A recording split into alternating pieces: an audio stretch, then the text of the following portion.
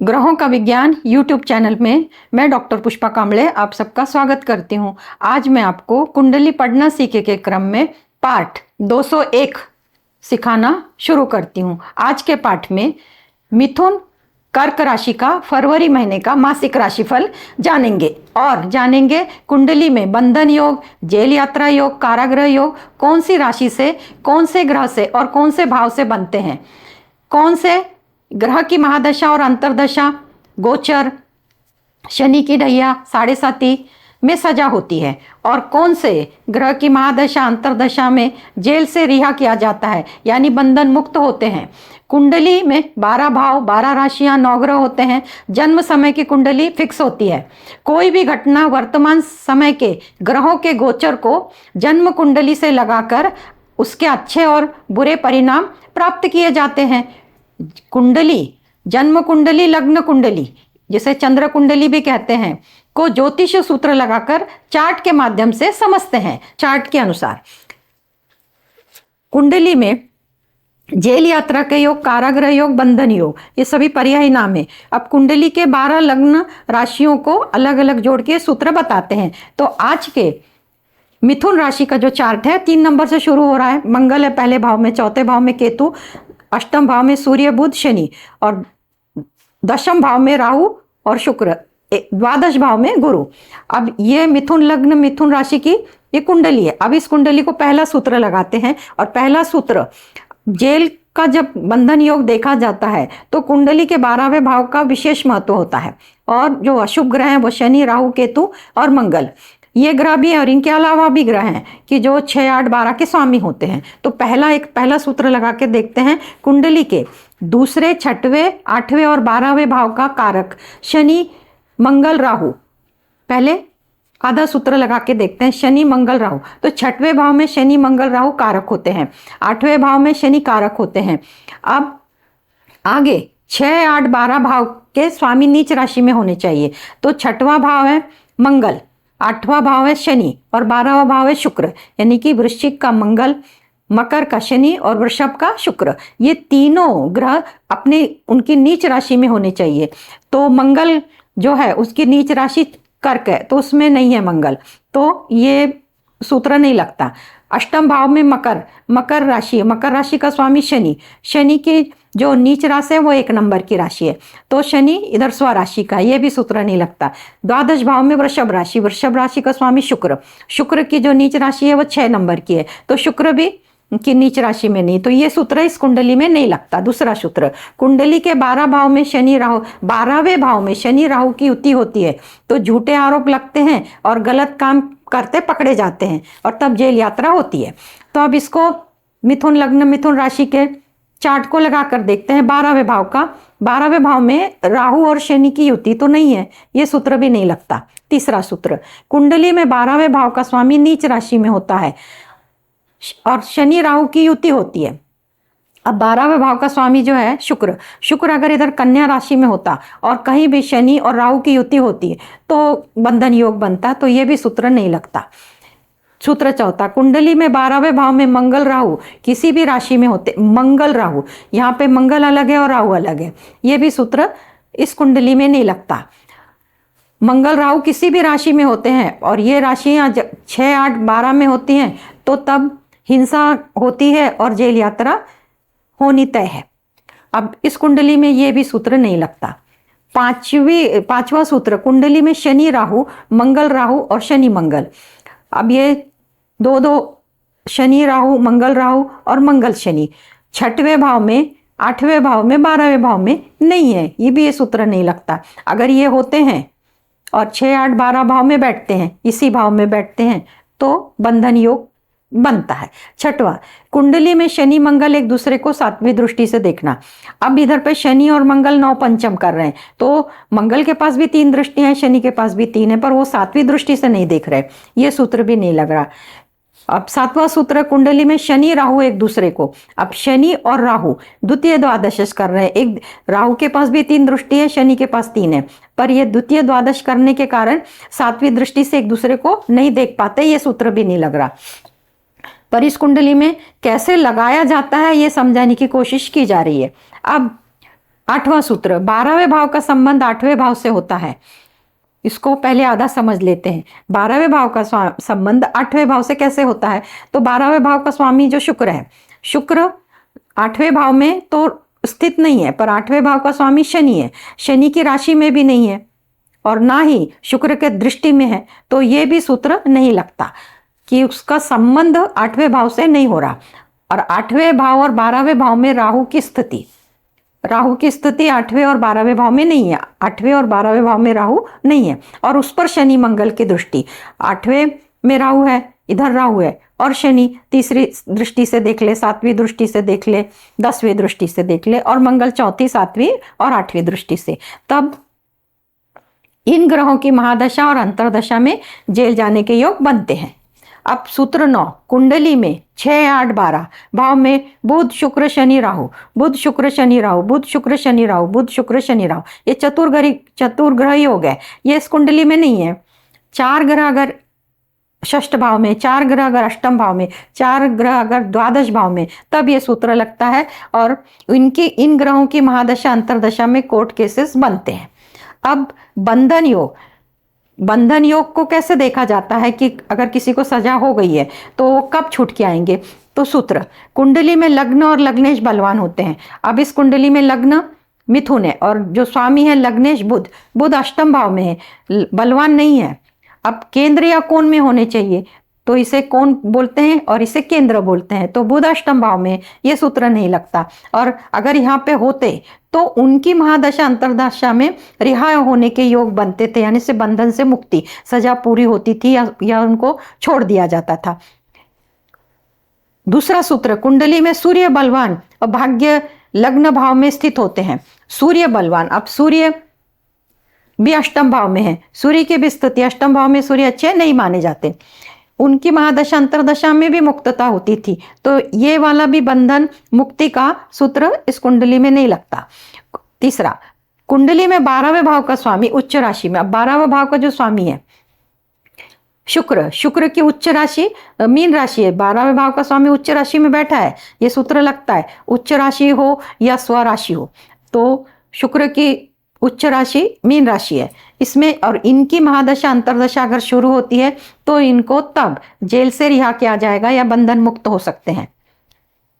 अब जो भी घटना घटती है, घटना घटने के बाद शिक्षा जब होती है तो कौन से पीरियड में शिक्षा होती है, उस पीरियड को ज्योतिष सूत्र में कैसे बताते हैं? तो कुंडली में अशुभ ग्रह की महादशा अंतरदशा। अब ये अशुभ ग्रह कौन है? तो अशुभ ग्रह शनि है, राहु और केतु, राहु केतु और मंगल, ये अशुभ ग्रह की महादशा अंतरदशा में और शनि की 7.5 में डहिया में।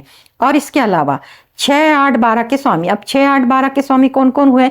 मंगल हुए, यहाँ पे शनि है, शनि की एक राशि मकर, दूसरी कुंभ है, मकर राशि का शनि पृथ्वी तत्व, और व्यय भाव में शुक्र, वृषभ राशि है शुक्र।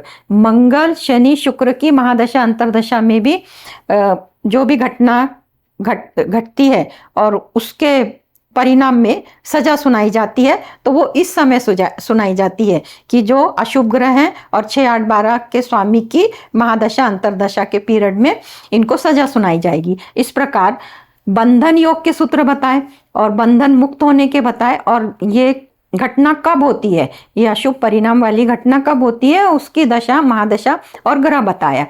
किसके चार्ट को लगा के? मिथुन लग्न मिथुन राशि के चार्ट को। अब मिथुन राशि और मिथुन लग्न का फरवरी महीने का मासिक राशिफल बताते हैं, पहले भाव से लेके 12वें भाव तक। तो पहले भाव से आरोग्य देखा जाता है। पहले भाव में मिथुन राशि और मिथुन राशि का स्वामी बुध अष्टम भाव में है। लग्नेश को दोष नहीं लगता, फिर भी मंगल की स्थिति है, मंगल वक्री चल रहे हैं, कर्क राशि से वक्री चल रहे हैं, तो मंगल के कारण क्रोध बढ़ना और क्रोध से बीपी बढ़ता है, क्रोध से फिर और भी रोग बढ़ते हैं। तो आपको क्रोध पे अंकुश लाना होगा और अपने स्वास्थ्य संबंधी जो भी सुरक्षा है वो आपको करनी होगी और सावधानी बरतनी होगी खान पान पर। अब दूसरे भाव से वाणी और परिवार का और धन का विचार करते हैं, तो दूसरे भाव पे सूर्य और बुध की दृष्टि है, तो जो भी संपत्ति है, धन है, उसके लिए अच्छा है। पर सूर्य की 7वीं दृष्टि पड़ने के कारण वाणी मधुर रखनी होगी और परिवार में मतभेद हो सकते हैं। तृतीय भाव से पराक्रम का, साहस का विचार करते हैं। तो शनि की 7वीं दृष्टि है, शनि की 7वीं दृष्टि पड़ने के कारण साहस पराक्रम तो सामान्य रहेंगे, पर छोटे भाई बहनों के साथ मतभेद हो सकते हैं।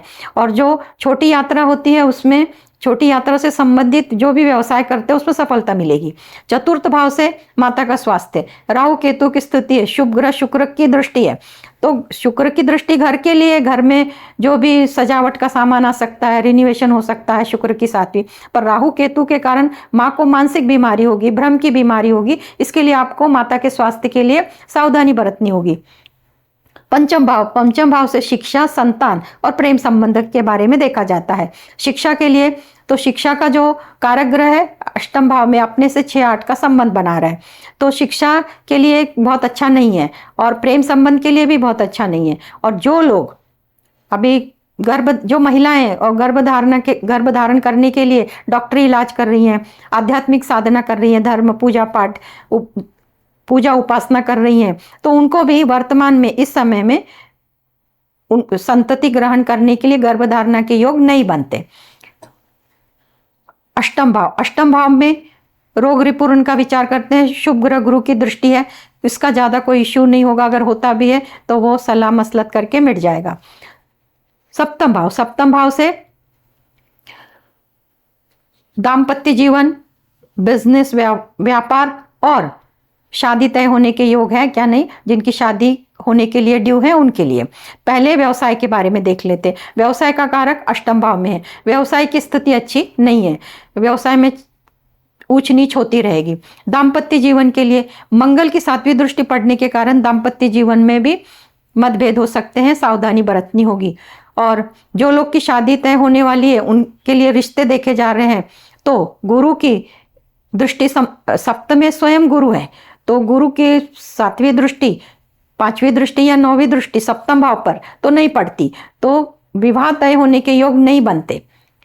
अष्टम भाव से चोट चपेट दुर्घटना का योग देखते हैं, तो सूर्य उष्ण ग्रह, गर्मी का ग्रह है, चोट संबंधी जो भी वाहन चलाते हैं और जो भी रिस्की काम करते हैं सावधानी बरतनी होगी।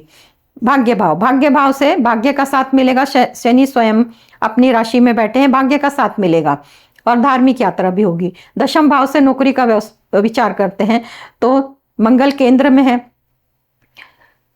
सूर्य तृतीय एकादश इसका संबंध बना रहे हैं, तो ऐसी स्थिति में नौकरी के योग बन रहे हैं। जो लोग नौकरी के लिए उत्सुक है उन्होंने अर्जी देना है, उनको सफलता मिल जाएगी।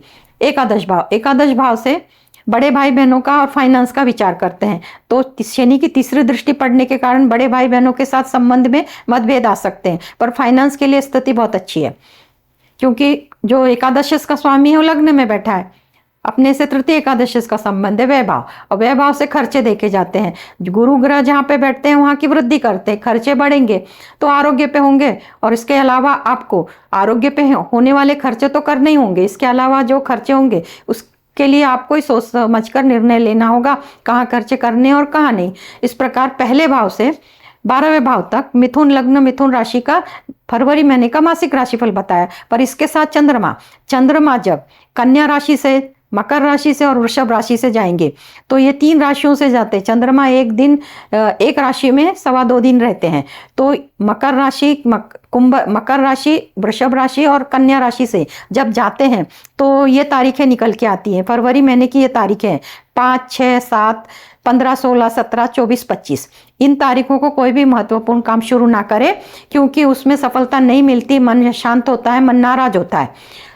अब इच्छा पूर्ति के लिए लग्नेश बुध है और इच्छा पूर्ति का जो ग्रह है वो मंगल है, तो लग्नेश और इच्छा पूर्ति का ग्रह, तो लग्नेश अष्टम में है और इच्छा पूर्ति का ग्रह लग्न में, पर एक दूसरे से षडाष्टक कर रहे हैं। ऐसी स्थिति में कोई भी इच्छा जल्दी पूरी नहीं होती है, विलंब से होती है तो पूरी नहीं होती है। इसके लिए उपाय क्या करेंगे, तो लग्नेश बुध है, बुध का मंत्र ओम बूम बुधाय नमः, ये मंत्र रोज सवेरे 108 बार करना है। और बुध से संबंधित हरी चीजें, हरी चूड़ियाँ, हरे वस्त्र, हरे मूंग की दाल, ये गरीब जरूरतमंद को, किन्नरों को दान दे सकते हैं। बुधवार के दिन देते हैं तो इच्छा पूर्ति होने में मदद मिलेगी। इस प्रकार मिथुन लग्न, मिथुन राशि का फरवरी महीने का मासिक राशिफल बताया। इसके बाद की जो राशि है कर्क लग्न, ये 4 नंबर से शुरू होती है। 3रे भाव में केतु है, 7म भाव में सूर्य बुध है, अष्टम भाव में शनि है, भाग्य भाव में राहु शुक्र है, एकादश में गुरु है और द्वादश में मंगल वक्री चल रहे हैं, गुरु भी वक्री चल रहे हैं।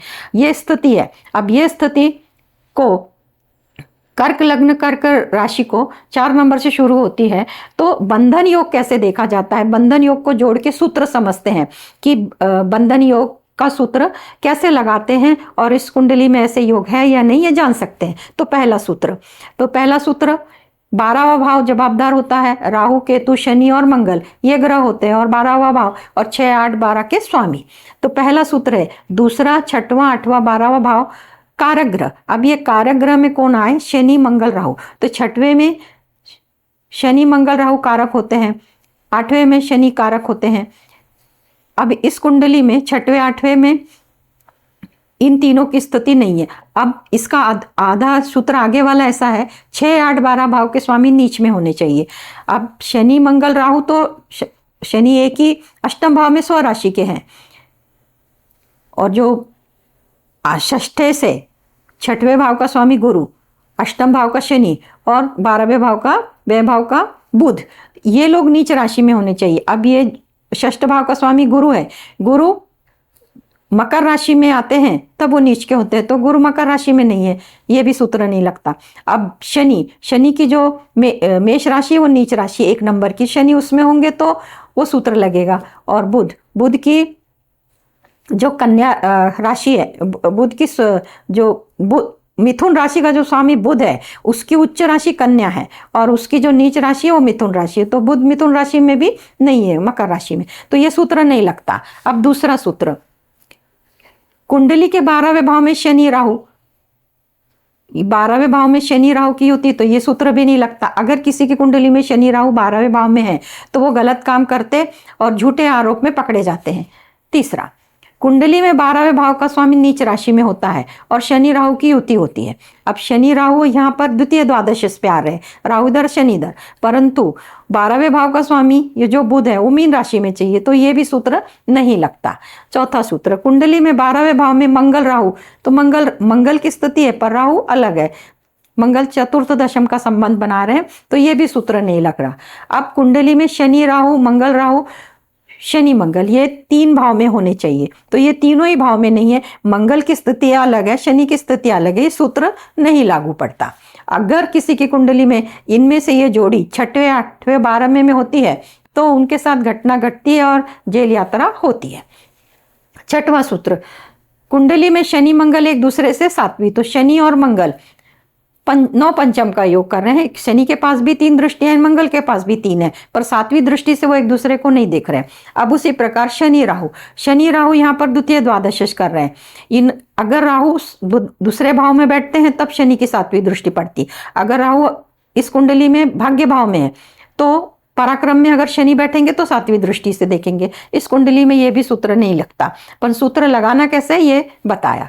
अब कुंडली में 12वें भाव का संबंध 8वें भाव से होना चाहिए, इसको पहले समझते हैं। 12वें भाव का स्वामी 8वें भाव से संबंध कुछ बनता है क्या, तो इसका जो स्वामी बुध है, बुध की स्थिति कहाँ पर है, तो बुध की स्थिति मकर राशि में, म्हणजे अष्टम भाव से 12वें भाव का संबंध बन रहा है, क्योंकि मकर राशि शनि की है, कुंभ राशि भी शनि की है, बुध से ये संबंध बन रहा है। और आगे का सूत्र लगाते हैं, 8वें और 12वें भाव में राहु की स्थिति होनी चाहिए। अब 8वें और 12वें भाव में राहु की स्थिति नहीं है, सिर्फ संबंध बन रहा है, आधा सूत्र लग रहा है और उस पर शनि मंगल की दृष्टि होनी चाहिए, तो ये सूत्र नहीं लग रहा।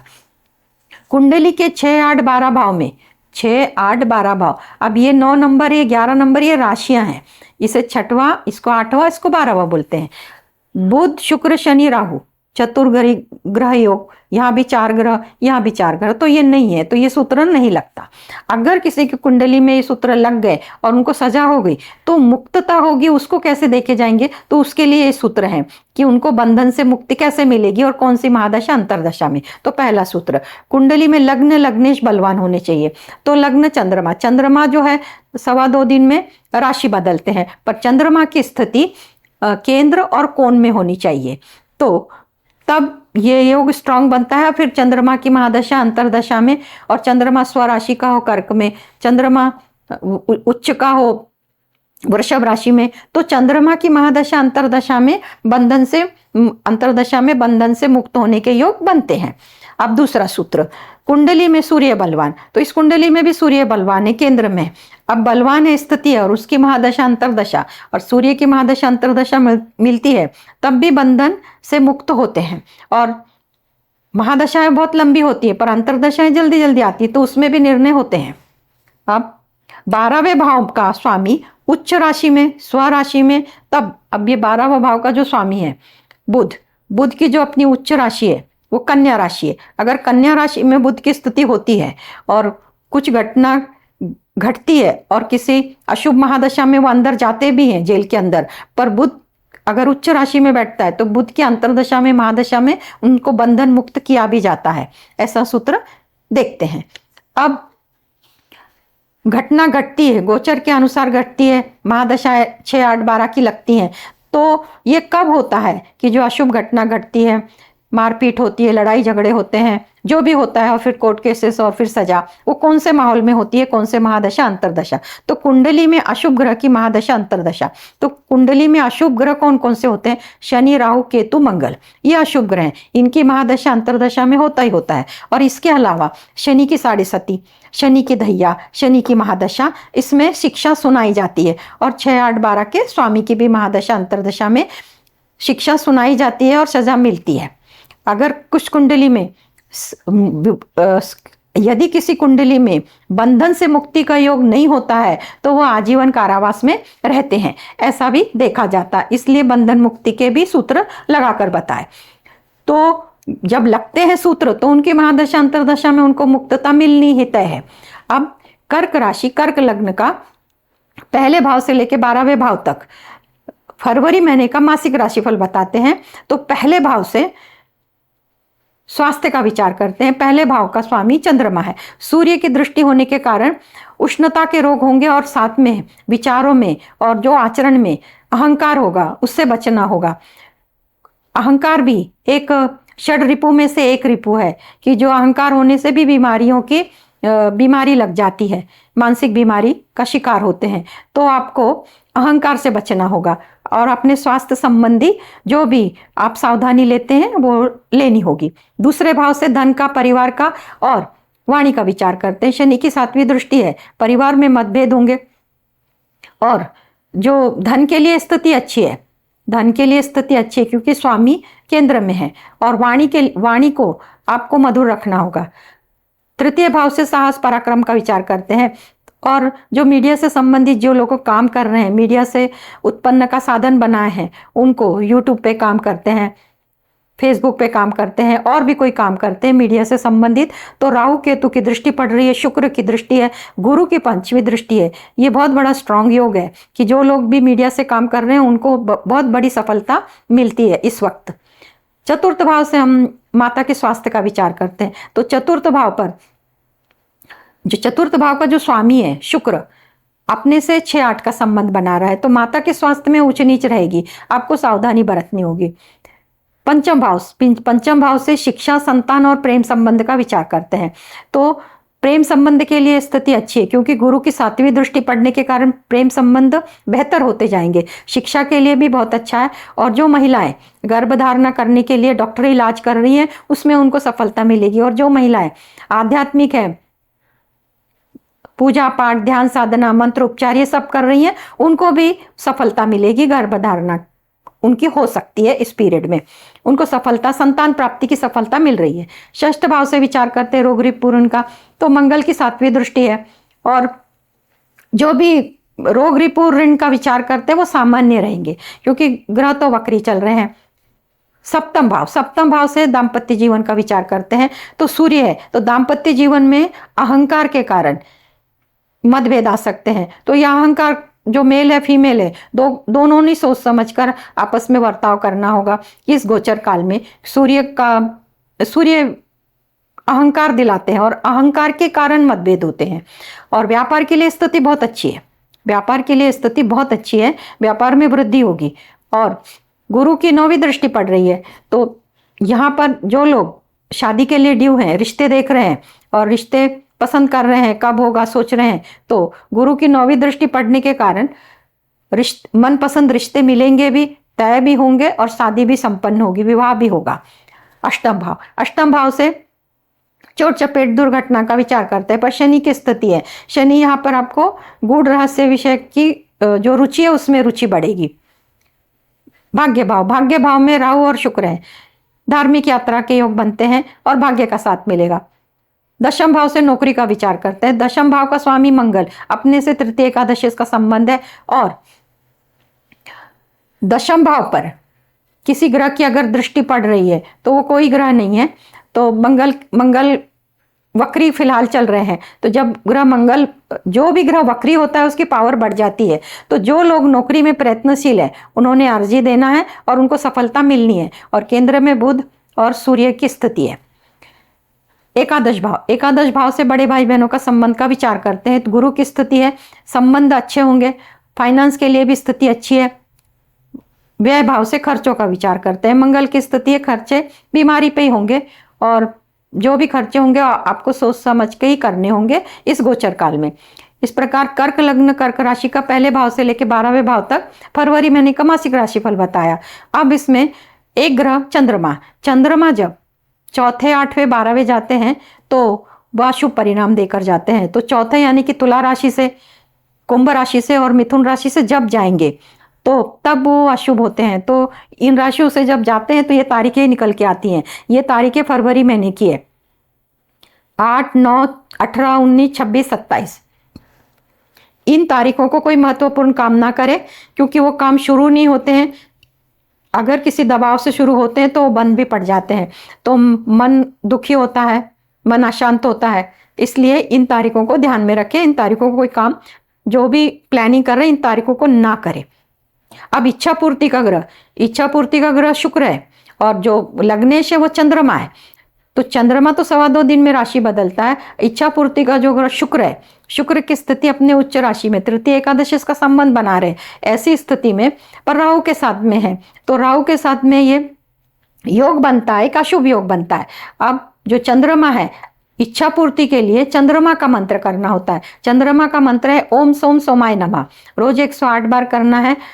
गरीब और जरूरतमंद लोगों को सफ़ेद चीज़ों का दान देना है। सफ़ेद चीज़ों में चीनी है, चावल है और सफ़ेद वस्त्र हैं। ये सब चीज़ें आप ज़रूरतमंद को सोमवार के दिन देते हैं तो आपकी इच्छा पूर्ति होने में मदद होती है। तो आज के क्लास में इतना ही। धन्यवाद।